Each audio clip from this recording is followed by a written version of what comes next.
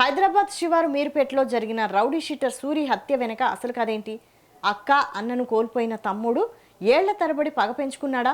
స్నేహం పేరుతో దగ్గరే పుట్టినరోజు వేడుకలకు పిలిచి పెప్పర్ స్ప్రే చల్లి కత్తితో వెంటాడి ఎందుకు చంపాడు? హత్య తర్వాత ఇన్స్టాగ్రామ్ లైవ్లో నిందితుడు ఏం చెప్పాడు?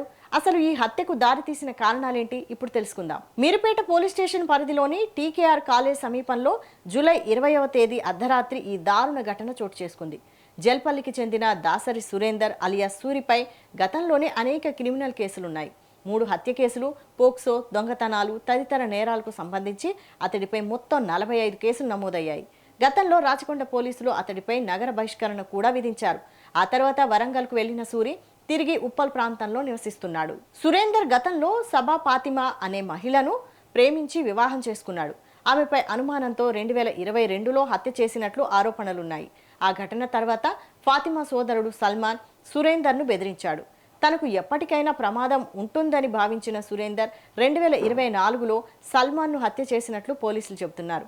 ఈ నేపథ్యంలో అక్క అన్నను కోల్పోయిన ఫాతిమా చిన్న తమ్ముడు అఫ్రోజ్ సురేందర్పై ప్రతీకారం తీర్చుకోవాలని నిర్ణయించుకున్నాడు.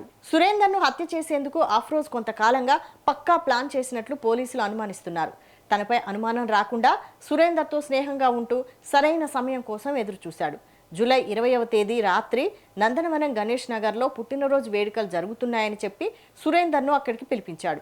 అక్కడికి చేరుకున్న సురేందర్ ఏమరపాటుగా ఉండగా అఫ్రోజ్ ఒక్కసారిగా అతడి ముఖంపై పెప్పర్ స్ప్రే చల్లాడు. పెప్పర్ స్ప్రే దాడితో సురేందర్ తేరుకునే లోపే అఫ్రోజ్ కత్తితో దాడి చేశాడు. ప్రాణాలు కాపాడుకునేందుకు సురేందర్ అక్కడి నుంచి పారిపోయేందుకు ప్రయత్నించిన అఫ్రోజ్ అతడిని సుమారు 1/2 కిలోమీటర్ దూరం వరకు వెంటాడాడు.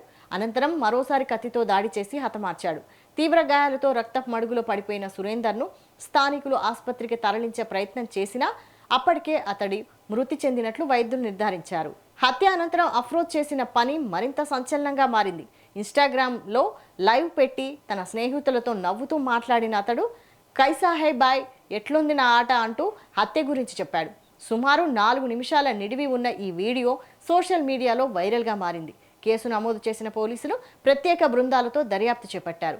వేరే రాష్ట్రానికి పారిపోయేందుకు ప్రయత్నించిన అఫ్రోజ్తో పాటు మరో 3 పోలీసులు అదుపులోకి తీసుకున్నట్లు సమాచారం. ఘటనలో పాల్గొన్న వారిలో కొందరికి హత్య పథకం గురించి తెలియదని విచారణలో వెల్లడైనట్లు తెలుస్తోంది. మొత్తంగా గత హత్యలకు ప్రతీకారం తీర్చుకునేందుకు పక్కా స్కెచ్తో రౌడీ షీటర్ సూరిని హతమార్చిన ఘటన మీర్పేటలో తీవ్ర కలకలం రేపింది.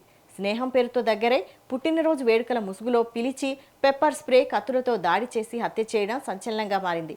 ఇక హత్య తర్వాత ఇన్స్టాగ్రామ్ లైవ్ పెట్టిన నిందితుడి వీడియోపై పోలీసులు దర్యాప్తు చేస్తున్నారు.